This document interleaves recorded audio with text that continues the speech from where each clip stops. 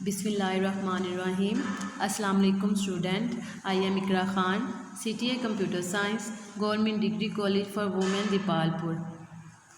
Chapter number 3 हमने start किया हुआ है, डाटा बेस डिज़ाइन प्रोसेस। आज जो उसका हम टॉपिक देखेंगे वो हमारे पास है ER डायाग्राम कि ER डायाग्राम को डिस्कस करेंगे। ER स्टैंड फॉर हमारे पास होता है एंटिटी रिलेशनशिप डायाग्राम। तो हम देखेंगे कि ER डायाग्राम हम क्यों बनाते हैं, इसकी हमें ज़रूरत क्यों है। And ER diagram is graphical representation, ये एक हम ग्राफिकल इसको रिप्रेजेंट कर रहे होते हैं टेबल्स को और रिलेशनशिप को। क्या मतलब है कि जब हम एक डेटाबेस बनाने जा रहे होते हैं तो हम डेटाबेस में डिफरेंट एंटिटीज़ के बारे में डाटा को स्टोर करते हैं। डिफरेंट टेबल्स बनाए जाते हैं, जो भी वर्किंग इन्वायरमेंट्स होता है उसमें डिफरेंट टेबल्स होती हैं, डिफरेंट एंटिटीज़ होती हैं और फिर उनके दरमियान में हम रिलेशन भी क्रिएट करते हैं।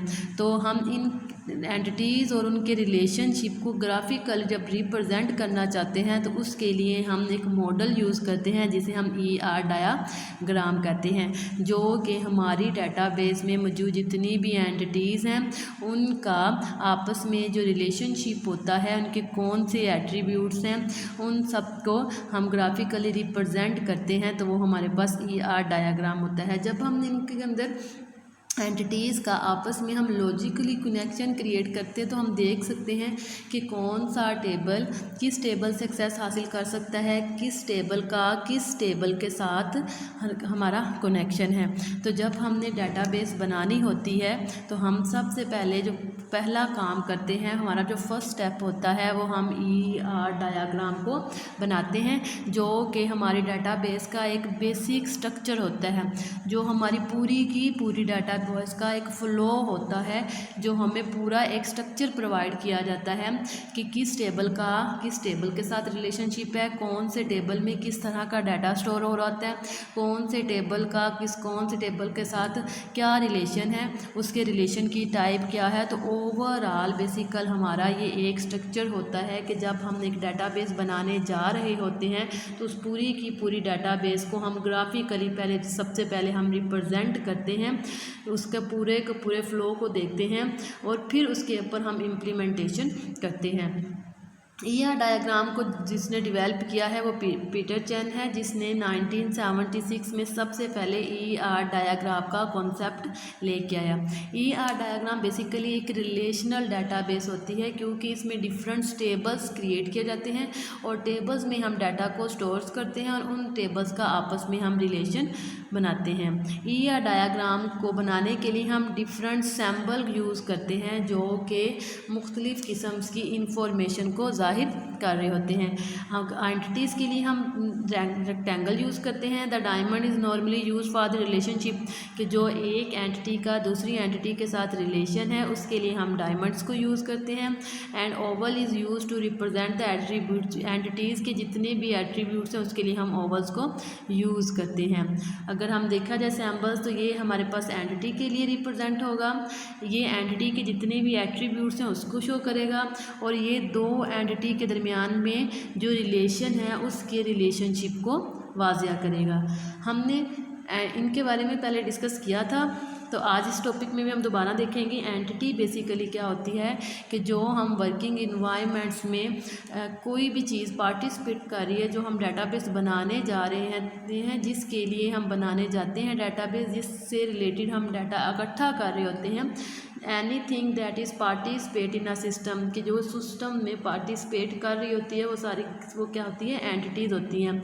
एंटिटी कोई भी पर्सन हो सकती है, प्लेस भी हो सकती है, थिंग, इवेंट, के जिसके बारे में हम इंफॉर्मेशंस को इकट्ठा करके उसे मेंटेन करना चाहते हैं, वो हमारे पास क्या होती है, एंटिटी होती है।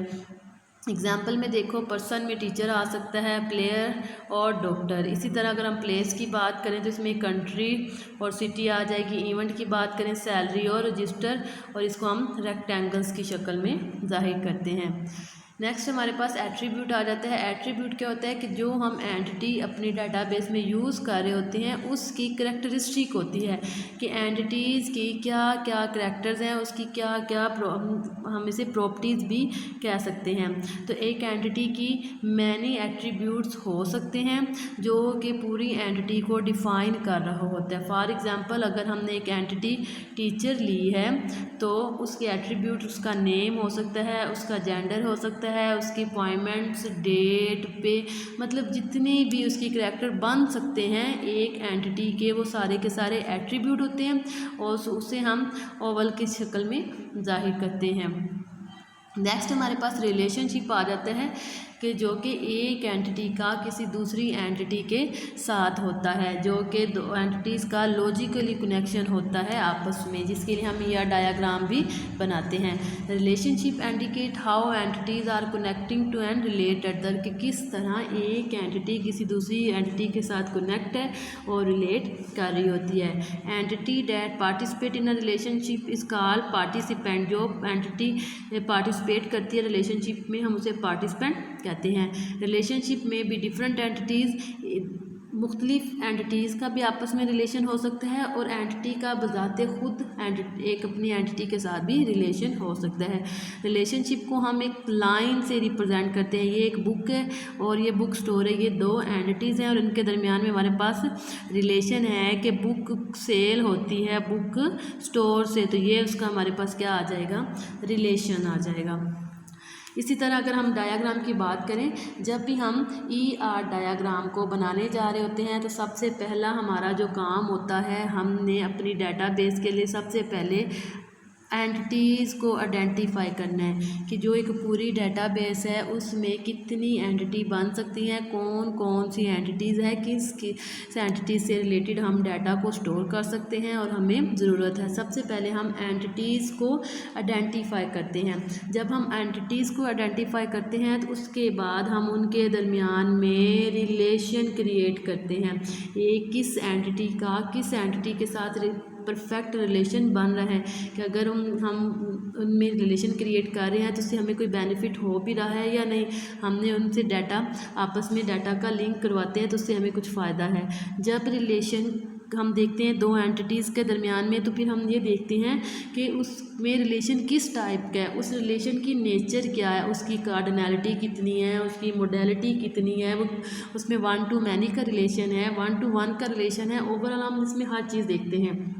जब हम रिलेशन देखते हैं तो फिर उसके बाद हम उस एंटिटी के एट्रीब्यूट्स को डिफ़ाइन करते हैं कि इस एंटिटी में कौन कौन सा एट्रीब्यूट होगा, हमने किस किस एट्रीब्यूट की इंफॉर्मेशन को स्टोर करना है। तो बेसिकली जब हम एक ER डायग्राम बनाने जा रहे होते हैं हम इन 4 चीज़ों को सबसे पहले मद्देनज़र रखते हैं। पहली हमारी होती है कि हमने पूरी डाटाबेस में एंटिटीज़ को देखना है कि कौन कौन सी एंटिटीज़ इसमें बन सकती है। उसके बाद हम एंटिटीज़ का रिलेशनशिप देखेंगे, उसके बाद हम एंटिटीज़ के रिलेशन की टाइप्स देखेंगे किस टाइप का रिलेशन है और लास्ट पे हम उसकी एट्रीब्यूट। अब अगर हम इस डायग्राम की बात करें, ये हमारे पास एक डायग्राम है, इसमें हमारे पास एक एंटिटी है टेबल के नाम की, ठीक है, एक एंटिटी है स्टूडेंट की, फिर एक एंटिटी है लेक्चर्स की, एक एंटिटी है सब्जेक्ट्स की और एक एंटिटी है हमारे पास एडमिशन की। सबसे पहले स्टूडेंट और एडमिशन की एंटिटी के दरमियान रिलेशन क्रिएट किया गया है कि स्टूडेंट टेक एडमिशन। तो स्टूडेंट की एट्रीब्यूट्स को भी उन्होंने डिफ़ाइन किया गया, उसमें स्टूडेंट का फर्स्ट नेम, लास्ट नेम, उसका NIC नंबर, एड्रेस और डेट ऑफ बर्थ। और एडमिशन में उसका स्टूडेंट का नंबर, डेट ऑफ इनरोलमेंट कि कब उसकी इनरोलमेंट हो रही है और उसका कोर्स नेम। तो अब इनमें रिलेशन अगर बात करें तो स्टूडेंट का यहाँ पे 1 to many का भी है और 1 to 1 और नोट का भी कि स्टूडेंट एक कॉलेज में एडमिशन ले सकता है और एक कॉलेज में एक से ज़्यादा स्टूडेंट हो भी सकते हैं और नहीं भी हो सकते। इसके बाद अगर हम बात करें टाइम टेबल्स की, तो टाइम टेबल भी स्टूडेंट का टाइम टेबल के साथ है कि टेक एडमिशन, जब एडमिशन लेते हैं तो वो उसका टाइम टेबल बनता है। टाइम टेबल में उसका टाइम आ जाता है, उसकी डेट आ जाती है, उसका टीचर का नेम आ जाता है। फिर हमारे पास होते हैं लेक्चर्स और सब्जेक्ट्स का आपस में। लेक्चर्स सब्जेक्ट्स, ये उसके दरमियान में उसका रिलेशन है। और टाइम्स और लेक्चर्स का भी आपस में रिलेशन के मीन ये एक कॉलेज की डाटाबेस बनानी है, तो उसके लिए उन्होंने सबसे पहले उसको ग्राफिकल रिप्रेजेंट किया है कि उसमें कितनी एंटिटीज़ हैं, उन एंटिटीज़ का आपस में रिलेशन क्या है और उन एंटिटीज़ की एट्रीब्यूट्स क्या हैं और उनका आपस में लिंक क्या कर सकते हैं। तो ये हमारे पास एक ER डायग्राम थी। इस तरह हम अपनी ER डायग्राम को रिप्रेजेंट करते हैं। लेक्चर्स में क्या होता है कि जब सब्जेक्ट्स का आपस में होता है कि किस लेक्चर में कौन सा सब्जेक्ट है और कौन सा टीचर उसको लेक्चर दे रहा होता है। इस तरह नेक्स्ट एक और हमारे पास एंटिटीज़ हैं, अगर देखा जाए तो ये 1 के रिलेशन को शो करती है, ये 0 और मोर के लिए होता है और ये मैनी के लिए होता है। ये हमारे पास एक मैनेजमेंट की हमारे पास ये डायग्राम दी गई है। इसमें एक एंटिटी हमारे पास है कस्टमर, जो कि शिपिंग के साथ उसका लिंक, एक एंटिटी शिपिंग है, एक हमारे पास ई-कॉमर्स की है, एक ऑर्डर कर रहे हैं उसमें शिपिंग कार्ड आ जाता है, टर्म आ जाती है और कंपनी। सबसे पहले देखिए कंपनी का प्रोड्यूस टर्म्स की कंपनी टर्म्स को प्रोड्यूस कर रही है। अब इन आइटम्स का कंटेन ऑर्डर्स, कि इनको कोई ना कोई ऑर्डर भी कर रहा होता है। फिर आगे जो ऑर्डर्स होते हैं, ऑर्डर्स में जब होता है तो उनमें ई-कॉमर्स मतलब उनकी इनकम वगैरह का प्रोसेसिंग आपस में लिंक आ जाता है। Order creator the shopping cart, वो कार्ड्स भी बना सकते हैं। इसके अलावा टर्म्स का ऑर्डर कस्टमर भी डायरेक्ट दे सकता है। कस्टमर शिपिंग ई-कॉमर्स कि जो मीन हमारे पास कस्टमर ने अपनी चीज़ों को ले के जाना है वो किस तरह से ले जाएंगे। ये एक मार्केटिंग की हमारे पास ER डायग्राम है कि उन्होंने अगर अपना कोई डाटा सेव करना है ऑनलाइन, वो कुछ काम कर रहे हैं तो उसके लिए डाटाबेस बनाने जा रहे हैं, तो सबसे पहले वो ER डायग्राम को बनाएंगे। तो आज का सिर्फ हमारा यही टॉपिक था। हमने ER डायग्राम के बारे में देखा, जो कि हमारी डाटाबेस का एक बेसिक स्ट्रक्चर होता है, जो कि उसको ग्राफिकली रिप्रेजेंट कर रहा होता है, डाटा के फ़्लो को दिखा रहा होता है कि जो हम डाटाबेस बनाने जा रहे होते हैं उसका फ़्लो क्या है। अल्लाह हाफिज़।